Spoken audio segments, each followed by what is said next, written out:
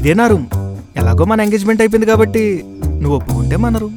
వద్దురా, పెళ్లికి ముందే అలా కలిసి ఉండడం కరెక్ట్ కాదేమో. మన పెళ్ళికి ఇంకా 3 months ఉంది. అప్పటి వరకు నేను నీకు దూరంగా ఉండలేను. పోనో పని చేద్దాం, ఒక 10 days కలిసి ఉందాం. నీకు నచ్చితే కంటిన్యూ చేద్దాం, లేకపోతే లైట్. క్యూట్గా ఒప్పిస్తున్నావు కదా, కానీ పెళ్లి తర్వాత ఉండే ఎగ్జైట్మెంట్ పోతుందేమో.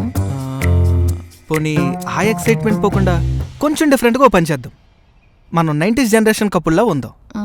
అంటే 90sలో లవ్ అంటే no smart phone, no internet. మన పేరెంట్స్ ఎలా లవ్ చేసుకునే వాళ్ళు అలా అనమాట.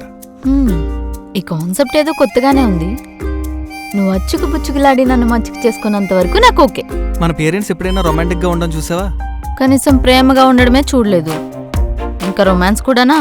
అదే కదా, రేపటి నుంచి no romance. Next 10 days let's be unromantic lovers. Okay, done. Done. లేచిన వెంటనే మంచి ముఖం చూడాలని అమ్మ అంటే ఏంటో అనుకున్నా.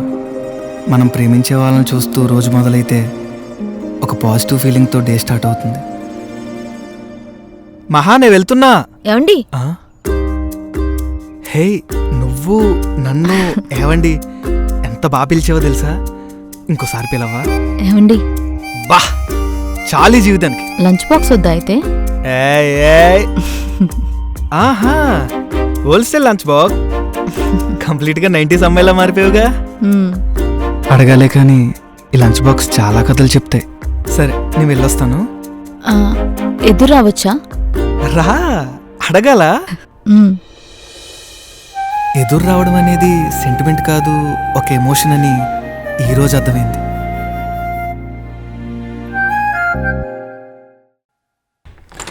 హే, నేనొచ్చినట్టు నీకెలా తెలుసు? ప్రళయం వచ్చే ముందు పక్షులకి ఎలా తెలుస్తుందో మొగుడొచ్చే ముందు మా ఆడాలకలా తెలిసిపోతుంది. అది మా పిల్లల సీక్రెట్. అంటే మేం ప్రళయమనా? మేం పక్షులమని చెప్తున్నా. మీరు ఎప్పుడు వస్తారా అని వెయిట్ చేస్తున్నా. ఏ భర్త ఎప్పుడు వస్తారా అని భార్య వెయిట్ చేస్తూ ఉండాలి కదా. వెయిట్ చేయడంలో తెలియని సాటిస్ఫాక్షన్ ఉంది. అది చాలు నాకు. మల్లెపూలు అన్రొమాంటిక్ అని చెప్పి రొమాంటిక్ గా మారుతున్నట్టున్నారు. మా జనరేషన్ మర్చిపోయిన మోస్ట్ రొమాంటిక్ థింగ్ ఈ మల్లెపూలు. నేను కూడా మీకోసం మంచి స్వీట్ చేశా. ఏంటి, హల్వానా? అయితే నువ్వు కూడా రొమాంటిక్ అయిపోయావు. ఈ జనరేషన్లో కూడా భర్త ఎప్పుడు వస్తాడా అని ఎదురు చూసే అమ్మాయి దొరికితే మనం లక్కీ అనే చెప్పాలి. ఎంతైనా మన ఫాదర్స్ లక్కీ కదా, అండ్ కొంచెం రొమాంటిక్ కూడా. ఇంకెంతసేపు మహా? అయిపోయిందండి, వచ్చేస్తున్నా. అప్పటికే ఎప్పటికీ చేంజ్ అవ్వంది ఏమన్నా ఉందంటే అది మీ ఆడాలు రెడీ అయ్యే టైమే.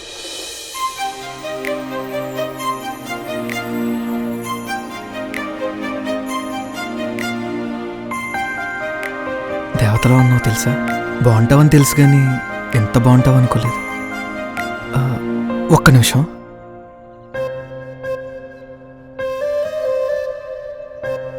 ఎంతసేపు ఇలానే చూస్తారు? ఎంతసేపు చూసినా తనివి తీరట్లేదు మహా. ఏదేవైనా శారీలో మాత్రం అద్దరిపోయావు. ఇక నుంచి నిన్ను మహాలక్ష్మి అని పిలుస్తాను.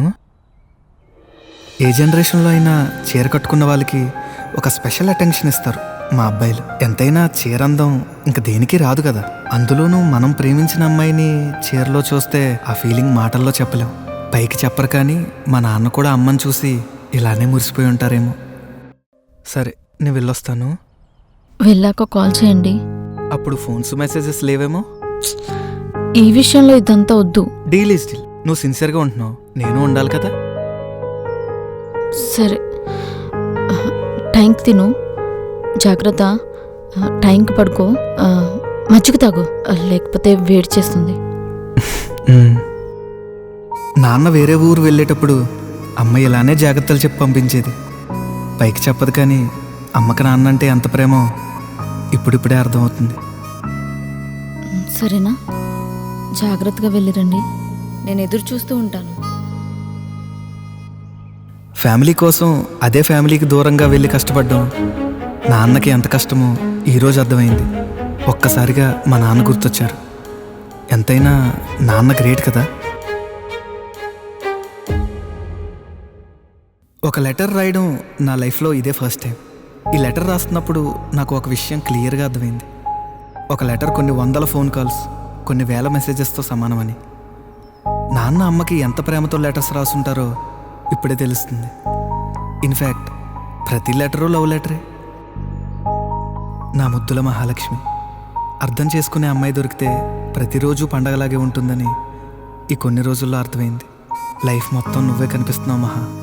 నీతో గడిపిన ఈ కొన్ని రోజులు నా లైఫ్లోనే మోస్ట్ బ్యూటిఫుల్ డేస్. నాకు నీతో లైఫ్ చాలా నచ్చింది. నేను ఇప్పటిదాకా నా లైఫ్లో తీసుకున్న బెస్ట్ డెసిషన్ నిన్ను పెళ్లి చేసుకోవాలనుకోవడమే. I love you Mahalakshmi. నీకు అలానే అనిపిస్తే ఈ గురువారం సాయంత్రం నేను వచ్చేటప్పటికి రోజ్ కలర్ శారీ కట్టుకో.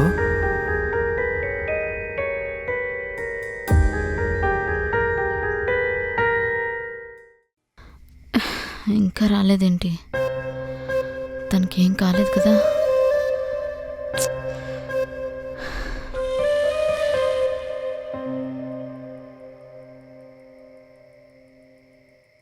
అప్పుడు ఫోన్స్ మెసేజెస్ లేవేమో. డైలీ స్టిల్ నువ్వు సిన్సియర్గా ఉంటున్నావు, నేను ఉండాలి కదా. తనకేం కాదు కదా? వచ్చేస్తారు కదా? త్వరగా వచ్చేయమని చెప్పరా ప్లీజ్.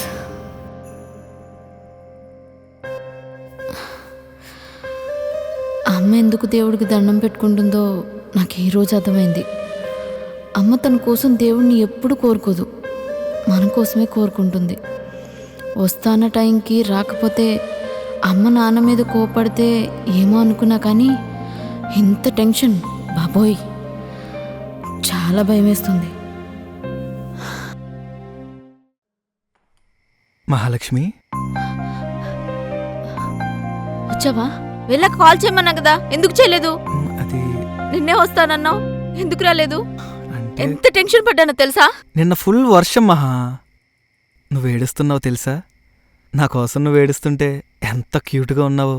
ఇంకొకసారి ఏడవ్వా ప్లీజ్. నిన్ను హే, ఎవరో టచ్ చేయకూడదన్నారు. నేను చేయొచ్చు, నువ్వు చేయకూడదు. ఏంటి రోజు సారి నా కోసమే కదా? నీకోసమేం కాదు. ఏయ్, నాటకాలు ఆడకు. బాగా మిస్ అయినట్టున్నావు. నా లవ్ లెటర్ చూసి ఎవరో బాగా ఫీల్ అయినట్టున్నారు. నాన్న ఊరెళ్ళినప్పుడు నాన్న కోసం అమ్మ ఎంత వెయిట్ చేస్తుందో ఇప్పుడు తెలుస్తుంది. ఒక్కసారిగా మా అమ్మ గుర్తొచ్చింది. ఎలా అయినా ఈ అమ్మలు చాలా గ్రేట్ కదా. ప్రేమ చూపించాలన్నా కోపం చూపించాలన్నా అమ్మ తర్వాతే ఎవరైనా. నీకు పిల్లలంటే ఇష్టమా? ఇష్టమే, కానీ అప్పుడే నిన్ను కష్టపెట్టంలే. ఒక 3 years తర్వాత ప్లాన్ చేద్దాం. ఏ? అందరు చేసే తప్పదే. పెళ్ళైన వెంటనే పిల్లల్ని ప్లాన్ చేసేస్తారు. నువ్వే చెప్పు, పెళ్ళైన వెంటనే ప్రెగ్నెంట్ అయిపోతే నచ్చింది తినడానికి ఉండదు, నచ్చినట్టు ఉండడానికి ఉండదు, కడుపు తిప్పడాలు, కళ్ళు తిరగడాలు, ఆ తర్వాత పిల్లలు మోసుకుంటూ డైపర్లు మార్చుకుంటూనే సరిపోతుంది. నిజం చెప్పాలంటే మా ఆడవాళ్ళకు కూడా టైం తీసుకోవాలనే ఉంటుంది. కానీ పేరెంట్సో అత్తారింటి వాళ్ళో హస్బెండో ఒప్పుకోరు. కనీసం ఒపీనియన్ కూడా అడగరు. సర్లే తర్వాత అయినా తప్పదు కదా అని మేము కూడా కాంప్రమైజ్ అయిపోతాం. మీరు అర్థమయ్యేలా చెప్తే ఆలోచిస్తారు. అంటే ఎంత అందం కళ్ళ ముందు కనబడుతుంటే కంట్రోల్ చేసుకోవడం కొంచెం కష్టమే అనుకో. నేను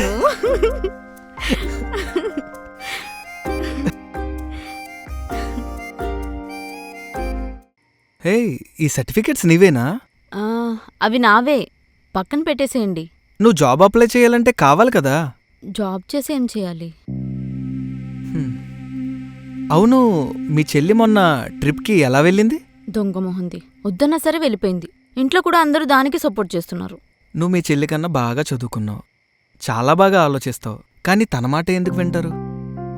జాబ్ జాబ్ నీకు ధైర్యాన్ని ఇస్తుంది, కాన్ఫిడెన్స్ ఇస్తుంది, మనీ ఇస్తుంది, అన్నిటికన్నా ముఖ్యంగా రెస్పెక్ట్ ఇస్తుంది. నువ్వు చెప్పింది కరెక్టే, కానీ నువ్వు చేస్తున్నావు కదా. ఒకవేళ నాకేమన్నా అయితే? అలా మాట్లాడుకో. అయినా కూడా నువ్వు దేన్నైనా ఫేస్ చేయడానికి రెడీగా ఉండాలి. ఒక్క మాట గుర్తుపెట్టుకో మహా, రెస్పెక్ట్ అనేది అడిగితే రాదు, దాన్ని సంపాదించుకోవాలి. మీ సెల్ఫ్ రెస్పెక్ట్ కాపాడుకోవడం మీ చేతుల్లోనే ఉంది.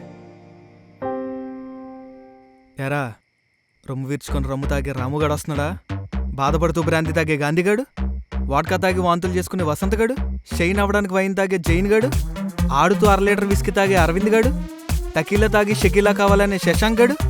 ఒరే, అసలు వాడిని అడగడం మర్చిపోయాను, కళ్ళు తాగి లొల్లి చేసే కళ్యాణ్ గాడు వస్తున్నాడా? ఈసారి పార్టీ ఇరగదిద్దాంరా. ఈ 10 days ఫోన్ యూజ్ చేయకూడదేమో. చూసావా మీరు రెగ్యులర్గానే కలుస్తుంటారు కదా, ఎందుకంత ఎక్సైట్మెంట్? ఎక్కడ ఈ జాబ్స్ వల్ల ఒక్కోళ్ళు ఒక్కో చోట సెటిల్ అయ్యాం. ఎప్పుడన్నా ఇలాంటి పార్టీస్ ట్రిప్స్ అన్నప్పుడే అందరం కలిసేది. మొన్న లాస్ట్ టైం గోవా వెళ్ళినప్పుడు ఏం జరిగిందో తెలుసా? తన ఫ్రెండ్స్ కోసం అంత హ్యాపీగా చెప్తుంటే అనిపించింది తను ఎప్పుడూ ఇలాగే హ్యాపీగా ఉండాలని. అందుకే ఒకటి ఫిక్స్ అయ్యా, పెళ్లి తర్వాత తన ఫ్రెండ్స్ని కలుస్తానన్నా, ట్రిప్స్కి వెళ్తానన్నా హ్యాపీగా పంపించాలని. కొంచెం బెట్టు చేస్తాననుకోండి, అయినా సరే ఒప్పేసుకుంటాను. నీకు డ్రైవింగ్ సరిగ్గా రాదు కదా? ఏ 10 రోజుల నుంచి పదే పదే ప్రేమలో పడేస్తున్నావు కదా. నీకు ఇలాంటి మాటలన్నీ ఎక్కడి నుంచి వస్తాయి? ఏదో ఫ్లోలో వచ్చేస్తూ ఉంటాయి అలా. అమ్మ నాన్న గొడవ పడుతుంటే వాళ్ళకి అండర్స్టాండింగ్ ఉండదేమో, ప్రేమగా మాట్లాడుకోవడం రాదేమో, అన్రొమాంటిక్ కపులేమో అనుకుంటాం కానీ ఒకరిని వదిలి ఒకరు ఉండలేకపోవడమే రొమాన్స్. ఒకరితో ఒకరు గొడవ పడ్డమే రొమాన్స్. నాన్న కోసం అమ్మ ఎదురు చూడడం రొమాన్స్. అమ్మ కోసం నాన్న అబద్ధాలు ఆడడం రొమాన్స్. నాన్నకి ఇష్టమైన వంటలు వండడం రొమాన్స్. అమ్మకి నచ్చిన పనులన్నీ చేయడం రొమాన్స్. మన పేరెంట్స్ ఇంత రొమాంటిక్ కపుల్ అని నాకు ఇప్పుడే అర్థమవుతుంది. వాళ్ళు చేసే ప్రతి పనిలో రొమాన్స్ ఉన్నప్పుడు సపరేట్గా రొమాన్స్ చేయాలా ఏంటి? వాళ్ళ గొడవలు మనకు వినిపిస్తాయి కానీ వాళ్ళ ప్రేమ మనకు కనిపించదు కదా. నిజమైన రొమాంటిక్ కపుల్ మన పేరెంట్సే. అవును. చిన్నప్పుడు చాలా బాగుండేది, ఏం టెన్షన్స్ ఉండేవి కాదు. రోజు హ్యాపీగా ఆడుకుంటూ గెంతులేస్తూ గడిపేస్తాం. స్లోగా లైఫ్ డ్రై అయిపోతుంది. అసలు ఎందుకు పెద్దోళ్ళు అయ్యామా అనిపిస్తుంది. అప్పుడు మన లైఫ్లోకి ఒకళ్ళు వస్తారు, మనం మిస్ అవుతున్న అన్నిటినీ మనకు తిరిగి ఇవ్వడానికి. వాళ్ళు వచ్చాక లైఫ్ ఇంట్రెస్టింగ్గా అనిపిస్తుంది, ఒక కంప్లీట్నెస్ వస్తుంది. మా అమ్మ నాకు అమ్మాయిని వెతకడానికి ఏం క్వాలిటీస్ చూస్తుందా అనుకున్నా. తనలాగా నన్ను ప్రేమించే ఆ ఒక్క క్వాలిటీ ఉన్న అమ్మాయి కోసం వెతుకుతుందని ఇప్పుడు అర్థమైంది. మాకు అమ్మాయిలు నచ్చాలంటే పెద్ద కష్టపడక్కర్లేదు, మా అమ్మలాగా ఉంటే చాలు, చాలా నచ్చేస్తారు. మన పేరెంట్స్ తర్వాత మనం మళ్ళీ చిన్నపిల్లలు అయిపోయేది మన లైఫ్ పార్ట్నర్ దగ్గరే. వాళ్ళతో ఆడతాం, పాడతాం, అల్లరి చేస్తాం, గెంతులేస్తాం, గొడవ పడతాం, తిట్టుకుంటాం, కొట్టుకుంటాం, కానీ కలిసే ఉంటాం. ఈ అమ్మాయిల్లో ఏదో మ్యాజిక్ ఉందబ్బా, ఇలా వస్తారు, అలా మన లైఫ్ని బ్యూటిఫుల్గా మార్చేస్తారు. ఆడపిల్ల పుడితే అదృష్టంగా ఫీల్ అయ్యే ఫ్యామిలీలో పుట్టాననుకుంటా. అందుకే చిన్నప్పటి నుంచి ఇప్పటి వరకు అన్నీ మాకు నచ్చినట్టే జరుగుతాయి. సడన్గా పెళ్ళంటారు, ఆ తర్వాత మొత్తం లైఫ్ స్టైలే చేంజ్ అయిపోతుంది. అప్పటిదాకా కిచెన్ వైపు కన్నెత్తి కూడా చూడని మేము కిచెన్లోనే ఎక్కువ టైం ఉండాల్సి వస్తుంది. మాకు నచ్చినట్టు ఉండేవాళ్ళం మా పార్ట్నర్స్కి నచ్చినట్టుగా మారిపోతాం. ఇలా రొటీన్గా ఉన్న మా లైఫ్లో ఒక లైఫ్ పార్ట్నర్ వస్తాడు. వాళ్ళ దగ్గరికి ఆరం చేస్తాం, మారం చేస్తాం, అలుగుతాం, అల్లరి చేస్తాం, ఒక క్యూట్ కుక్క పిల్లలా మారిపోతాం. మా నాన్న ఇన్ని రోజులు తనకు నచ్చిన వాడిని వెతుకుతున్నాడు అనుకున్నాం, కానీ తనలా ఉండేవాడిని వెతుకుతున్నాడని ఇప్పుడే అర్థమైంది. ఎందుకంటే మేము డాడ్స్ లిటిల్ ప్రిన్సెస్ కదా, ఇప్పుడు హస్బెండ్ లిటిల్ క్వీన్గా మారిపోతాం. మాకు నచ్చాలంటే పెద్దగా కష్టపడాల్సిన అవసరం లేదు, మా నాన్నలా మాతో ఉంటే చాలు. ఈ అబ్బాయిల్లో ఏదో మ్యాజిక్ ఉందబ్బా, మా ప్రపంచంలోకి వాళ్ళొచ్చి వాళ్ళే మా ప్రపంచం అయిపోతారు. నువ్వు ఇంకా బ్యాగ్స్ ప్యాక్ చేసుకోలేదా? ఈరోజు 10th డే. ఈ 10 days కదా నేను నీ హస్బెండ్, నువ్వు నా వైఫ్. మర్చిపోయావా? సరే త్వరగా స్టార్ట్. అలా కాదు. ఏవండి? సరే అన్ని సర్దుకున్నావు కదా? అది కాదండి. సరే దా పద. రేపటి నుంచి చక్కగా హాస్టల్ ఫుడ్ తింటూ హాస్టల్లో ఉంటూ చక్కగా హ్యాపీగా. ఏమైందమ్మా, ఎందుకు ఏడుస్తున్నావు? నేను మాట్లాడుతుంటే పట్టించుకోకుండా వెళ్ళిపోతావేంటి? సరే చెప్పు. అంతా నీ వల్లే. అలా ఉండాలి, ఇలా ఉండాలని చెప్పి పొద్దున్న లేస్తే సాయంత్రం వరకు నీతో మాట్లాడుతూ నేను చూస్తూ నాకు అలవాటు అయిపోయింది. సరే పెళ్లి తర్వాత ఎలాగో కలిసే ఉంటాం కదా. ఇంకొక నిమిషం కూడా నేను వదిలి ఉండలేను. I love you. ఇప్పుడైనా పట్టుకోవచ్చా? పట్టుకోవచ్చు. అన్రొమాంటిక్ అమ్మాయి కాస్త రొమాంటిక్ గా మారినట్టుందేంటి? మరి పెళ్ళాన్ని కూడా ఎవరైనా పర్మిషన్ అడుగుతారా?